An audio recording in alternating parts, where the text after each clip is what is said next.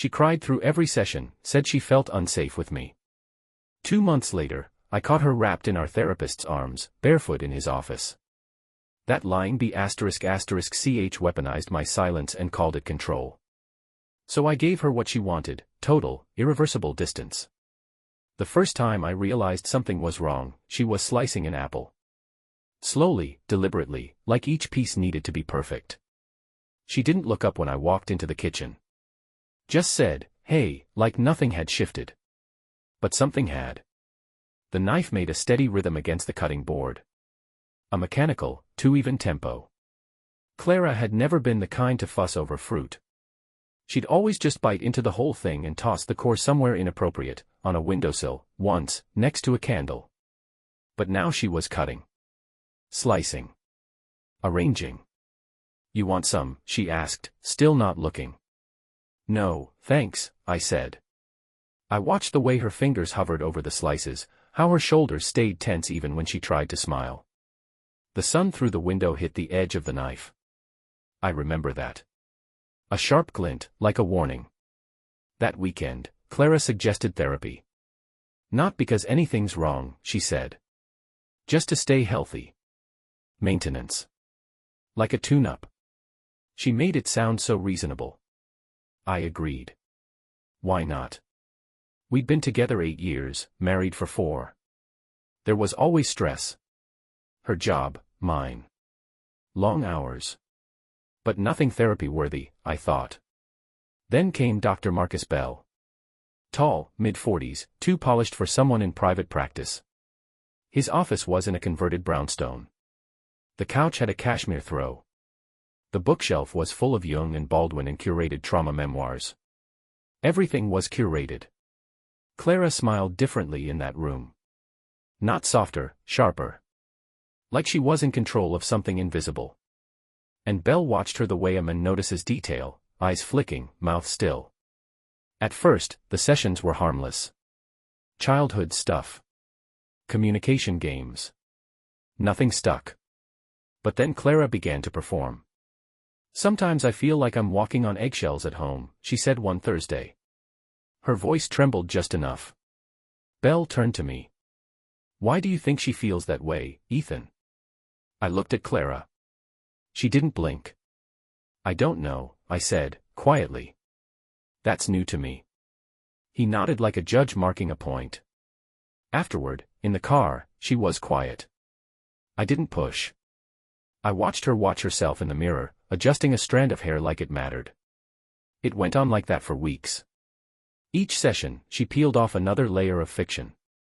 Accusations wrapped in softness. Claims of coldness, unpredictability, even control. Always vague. Always unprovable. Bell never challenged her. He asked if I had trouble expressing emotion. If I was raised in a household where affection felt conditional. I kept my voice level. My parents are still married. 40 years. They hold hands in grocery stores. He blinked, then wrote something down. By the 5th session, Clara cried. First time. Silent tears, no sobbing.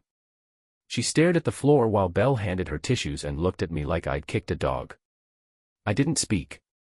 I watched her. Watched the lies arrange themselves on her face. That night, she was warm to me. Almost flirtatious. She made pasta, poured wine. We laughed about a show we both hated. She touched my wrist when she passed me the plates. But I didn't trust it. The next morning, I found a text on her phone. Not a full message, just a preview on the lock screen. Thursday. Usual time. I'll bring the new Pinot. From a number not saved. Thursday was our therapy day. And Clara didn't drink Pinot. Clara started dressing up for therapy. It wasn't obvious at first, just earrings on a weekday, a blouse instead of a hoodie. But then came the mascara, the perfume she only wore for formal dinners, the careful curls that took her 40 minutes in front of the mirror. I didn't comment. I just watched. Watched her fix her hair in the car's visor mirror before we went in. Watched her smile at Belle like he'd told a private joke. Watched the way she sat, ankles crossed, hands clasped delicately on her lap, like she was being watched by someone who mattered more than me. Belle started asking more personal questions. Not just about our pasts, but about our present. Did I feel safe in the relationship? Did I feel heard? Respected? Clara always answered first. Always with a tremble or a sigh. I feel like he zones out when I talk, she said once, twisting the ring on her finger. Like. I don't matter unless I'm quiet. Belle's pen moved. Not fast, precise. I noticed he never asked her the same things. Never asked if I was heard. If she interrupted. If she dismissed. He didn't ask because he already knew the story he wanted. After the session, I tried to bring it up. Not the therapist. Just the shape of the sessions. Clara shrugged. I'm just being honest. That's what you said you wanted, right? She said it while buttering toast.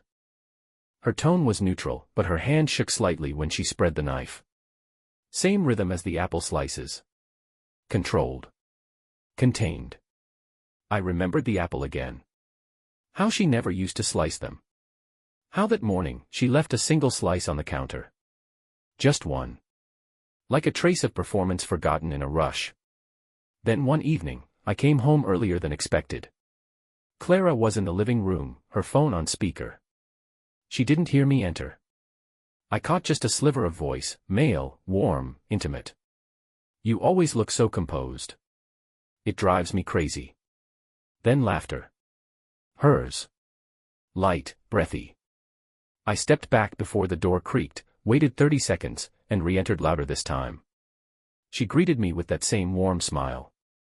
No trace of surprise. I said nothing. That night in bed, she rolled toward me. Her head on my chest like old times. I waited until she fell asleep, her breath shallow and even. Then I took her phone from the charger. The number from the Pinot text was still unsaved. I dialed it on mute. It rang 3 times. Then voicemail. Hi, you've reached Marcus. Leave a message and I'll get back to you. Marcus. Not Dr. Bell. Marcus. I put the phone down carefully, slid out of bed, and stood in the hallway.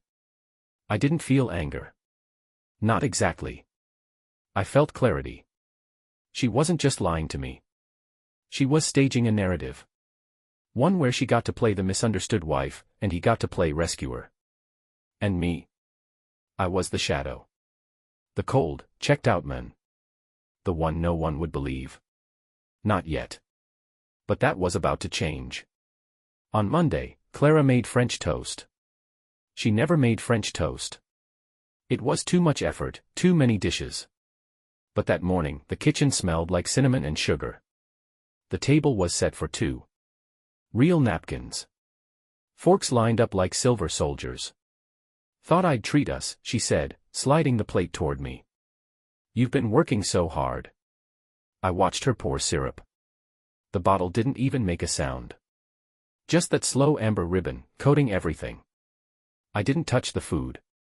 At therapy that week, Bell smiled more than usual. His sleeves were rolled to his elbows, like we were all friends now. Casual. Disarmed. Clara started the session. Things have been better, she said, reaching for my hand. He's been more present. I think this is helping. I let her hold my hand. Her fingers felt cool, almost damp. Bell nodded. Ethan, how do you feel about the progress? I turned to him slowly. Let the silence hang long enough for discomfort.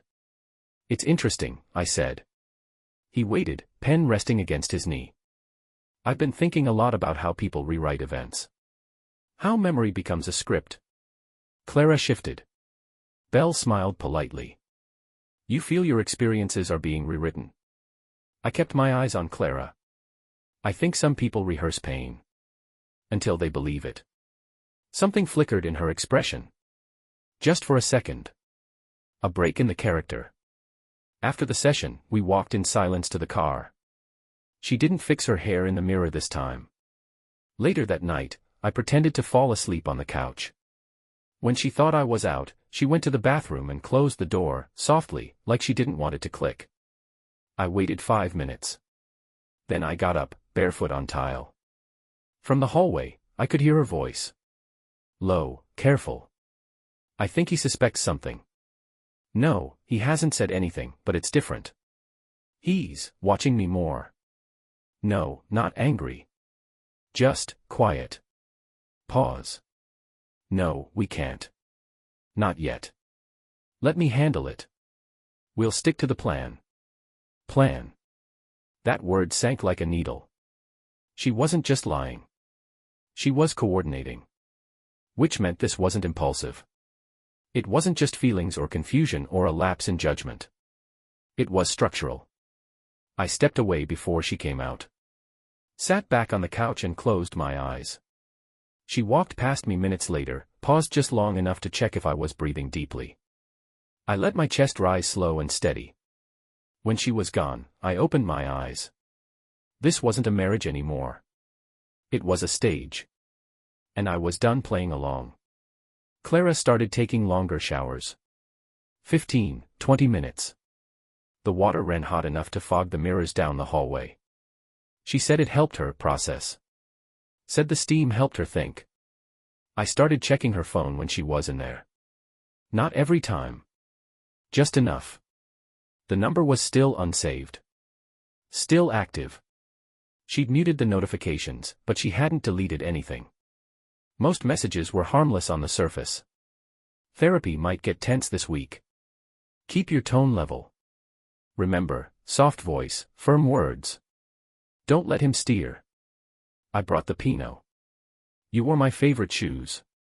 They never used names. But I didn't need names.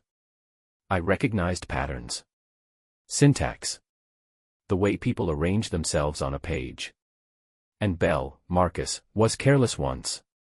He sent a Spotify link. A playlist titled Quiet Tension. The author's profile picture. His face, barely cropped. That night, Clara wore lipstick to therapy. Bright red. It stained her coffee cup, her napkin, the collar of her coat. She sat closer to Bell than usual. Her knee pointed toward him. Her voice warmer. I sat still. Took it all in. Bell asked me if I'd ever considered my own contributions to the emotional climate at home. I think about them constantly, I said. But thoughts don't seem to carry weight here. Clara touched my wrist gently. A conciliatory gesture. For Bell. He's trying, she said, soft as gauze. It's just hard for him to open up. After the session, I asked her to stop by the grocery store. She agreed easily. While she was out, I used her laptop. Emails. Not many. She deleted most of them. But in the drafts folder was something incomplete. A list. Thursday, Pinot. Friday, cancel dinner with Ethan. Sunday, prep Bell's notes. I screenshotted everything. Sent it to myself. Deleted the trace. That week, I also met with my own lawyer. Quietly. No threats. Just information.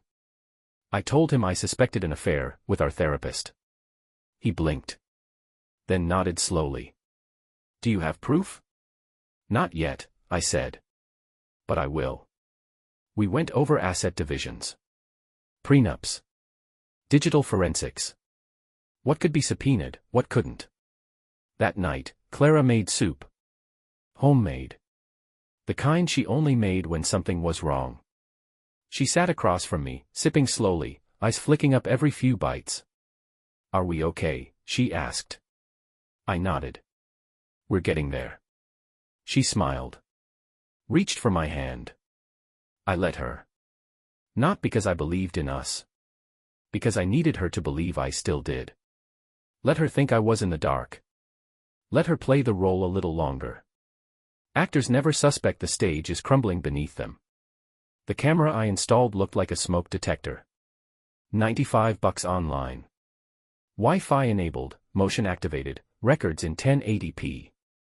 I mounted it above the bookshelf in the study, angled just right to catch the couch. Clara never noticed. She used that room for calls. Work decompress, she called it. But I knew the tone of her voice and there wasn't for HR check-ins or policy updates. I let the camera run for 4 days before I downloaded the footage. Nothing, at first. Just her pacing, talking to friends, checking her nails. Then, on Thursday, at 2:18 p.m., an hour before therapy, she sat on the couch with her phone on speaker. Marcus's voice came through, clear and measured. "You're keeping your tone neutral." "Clara, of course. I even cried last week." He bought it. Silence. Then laughter. Hers, then his. He said, "If he flips out, you know what to do." She leaned back, legs crossed. "He won't. He's trying to be the good guy. It's perfect." I paused the recording. Rewatched that line. "He's trying to be the good guy. It's perfect." I saved the clip in 3 places. One to my phone. One to a secure cloud. One to a USB drive in my coat pocket. The next day, I called Belle's practice from a work number and posed as a journalist fact-checking a story on marital therapy. Casual tone, polite questions. I asked if Dr. Marcus Bell ever socialized with clients outside of sessions. The receptionist hesitated. "Dr. Bell doesn't discuss his private life." "Of course," I said. "Does he ever attend client events? Social gatherings? Dinner parties?" Another pause. "Not typically, no." I thanked her and hung up. That night, I asked Clara what she wanted for our anniversary. She smiled like I'd handed her a win. "Maybe a weekend away. Just us. Somewhere quiet." I agreed. Let her plan it. Let her imagine the timeline stretching forward. While she slept, I transferred our shared savings into an individual account under legal protection, one my lawyer set up under New York State marital asset clauses. I left her just enough to pay the rent. In therapy, the performance escalated. Clara began painting our past with new brushstrokes.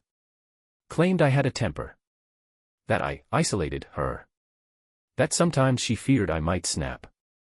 Bell didn't even blink. He turned to me. "Do you recall these incidents, Ethan?" I looked at them both. Let the silence build like pressure in a valve. "No," I said.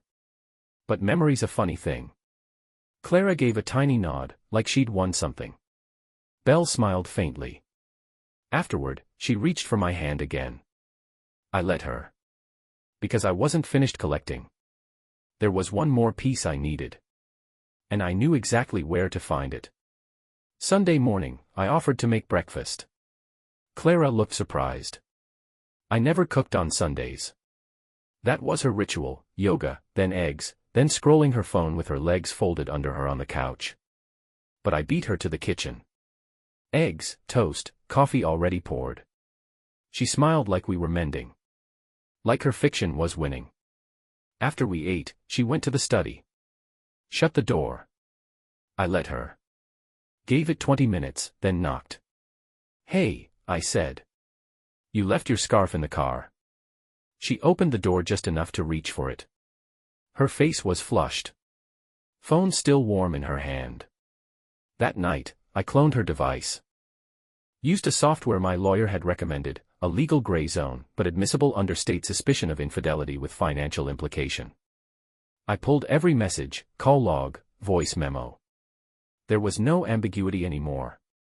October 2nd, text from Marcus. "He's softening. You're brilliant. Just a few more and we'll have him off balance." October 3rd, Clara. "He keeps looking at me like he knows. But he won't act. That's his flaw." October 4th, Marcus. "One push and he breaks. Then we say you feared for your emotional safety." They were prepping a false narrative. A psychological ambush, staged over weeks, possibly months. I copied everything. Burned it to encrypted drives. Delivered a sealed copy to my attorney with notarized timestamps. Then I did one more thing. I emailed Belle. Not as myself. As a potential new patient. Subject line, referral from Clara Hale. Tone, warm, vulnerable. "She speaks so highly of your work. I'm going through something similar in my marriage. I hope you're taking new clients." His assistant replied within hours. Dr. Bell would be happy to schedule a consult. Perfect. Now I had documentation he accepted a referral under Clara's name, a direct violation of professional ethics if intimacy was involved. That night, Clara lay beside me, scrolling. I asked her if she felt therapy was helping. She nodded. I think we're getting somewhere. You're opening up more. I nodded back. Maybe you're right.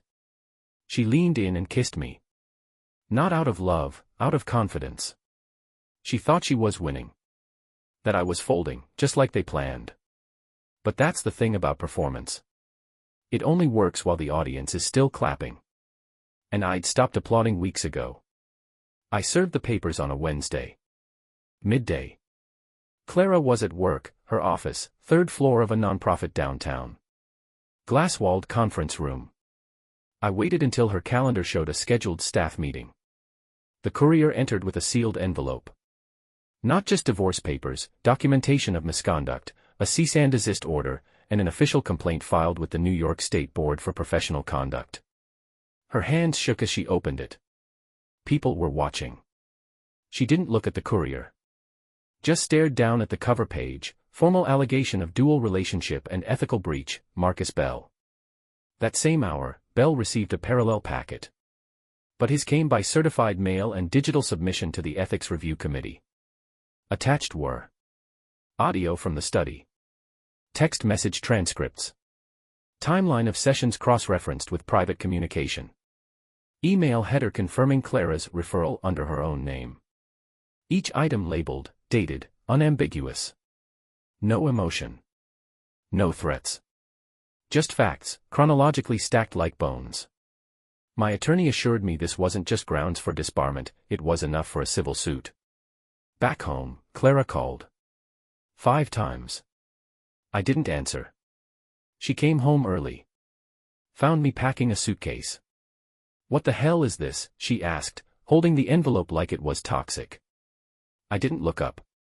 Folded a shirt. Set it beside the others. I asked you a question. I zipped the suitcase. Clicked the latches shut. Only then did I meet her eyes. You filed a narrative, I said. Now I've filed one too. Only mine's true. Her voice cracked. You're destroying my career. No. I'm preserving my life. She reached for my arm. I stepped back. You don't understand, she whispered. It wasn't supposed to go this far. I nodded slowly. It never is. Until it does. She sank into a chair. The same one she used to take calls from him. The house felt hollow. Not silent, hollow. Like it had been emptied before the furniture was gone. I left the key on the counter. Behind me, she whispered, I still love you. But I was already out the door. Already stepping into the next phase. Where silence speaks louder than any vow. Bell resigned 3 days later.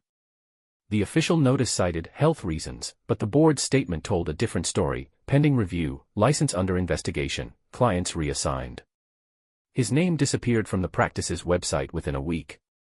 Clara tried damage control. She reached out to my family.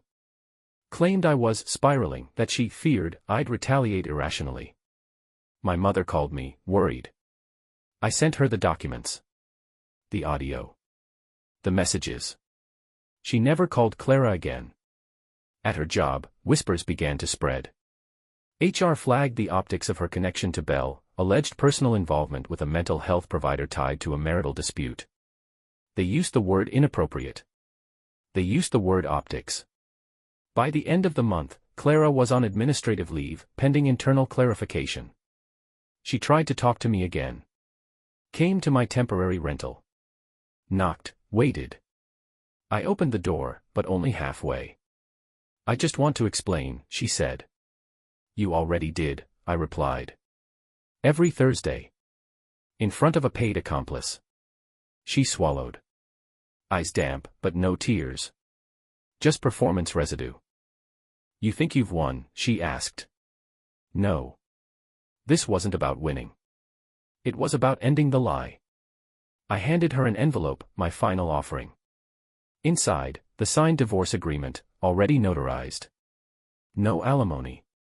No division of assets beyond what the law required. Full legal documentation of all digital materials, with her signature waiving future disputes over content. She stared at it. You already had this ready? I nodded. 3 weeks ago. Her mouth opened slightly, then closed. Like she realized just how far behind she'd been. I stepped back and shut the door. The next day, her number was blocked. Her email rerouted. Her presence digitally erased. Bell, for his part, tried to recover. A statement through his lawyer, unwarranted accusations, deeply personal. But the receipts didn't lie. 2 more complaints surfaced, clients who sensed something off. The board's investigation widened. His license was suspended pending outcome. I never responded publicly. Never posted, never vented. Just filed. The legal path was clean, documented, timed. My lawyer called it clinical revenge. I called it closure. The day the divorce finalized, I bought a new phone. New number. New plan. Then I changed the locks on the apartment she no longer lived in. The stage was cleared. The curtains lowered. And not a single line was out of place. I moved into a smaller place. 1 bedroom. Clean angles. No shared photos, no joint registry cookware. Just space, and the sound of my own breathing. People asked questions. Friends. Colleagues. My barber. Sorry to hear about you and Clara. I'd nod, polite. Yeah, things changed. Most didn't press. Some did. You okay? I'd smile, but not too much. I'm fine. And I was. Not happy. Not healed. But intact. That's the part no one talks about, how quiet survival is. No fireworks. Just the absence of chaos. The subtle pleasure of not flinching when you hear your phone buzz. Clara moved back in with her sister. I heard through a mutual acquaintance that she was rebuilding. She'd signed up for workshops. Meditation. Some PR firm was helping reframe the narrative. Bell disappeared from the radar. His license hung in limbo. No new clients. No interviews. Just an empty office with a red lockout tag from the city's building inspector, electrical violation, or maybe karma. Sometimes I'd drive past that block. Just for a second. Not nostalgia. Not gloating. Just to confirm it was still gone. My lawyer sent the final file with a note, case closed. Excellent work on documentation. I didn't reply. I archived the email. Deleted the backups. Burned the USB with the evidence in a fire pit behind my building. Watched the plastic curl. Watched the fragments turn to soft black ruin.